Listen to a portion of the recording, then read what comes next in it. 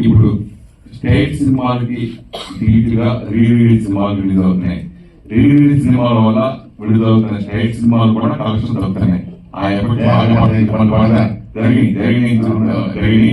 అలాగే ఇప్పుడు అంతకుముందు మొరారి మీ దశ మొరారి అంతకు ముందు వచ్చిన రిలీజ్ సినిమాలకి రికార్డ్ బ్రేక్ గా కలెక్షన్స్ సునామీ సృష్టించింది. అది ఒక హాట్ టాపిక్ గా కూడా నిలిచింది మొరారి సినిమా. దాని తర్వాత వస్తున్న సినిమా ఇది. ఈ సినిమా గురించి అలాగే నెక్స్ట్ మళ్ళీ మీ సినిమాలో మీరు చేసే సినిమాలో రిలీజ్ ఏ సినిమా చేస్తే బాగుంటుంది అనుకుంటున్నారు? అది మీరు చెప్పాలి. నిన్నే పెళ్ళాడతాడు జనాలు వదిలేద్దాం. ఈ సినిమా రిలీజ్ వల్ల ఇప్పుడు సినిమాలకి కాంపిటీషన్ ఉందని నేను అనుకోవట్లేదు.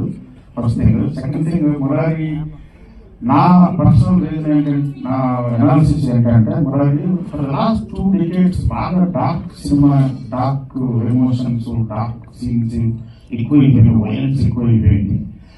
అండ్ మధ్యలో సడన్గా కలర్ఫుల్ ఫ్యామిలీ అండ్ మ్యూజికల్ రావడం, అది మహేష్ బాబు మేజర్ ఫ్యాక్టర్ దానికి.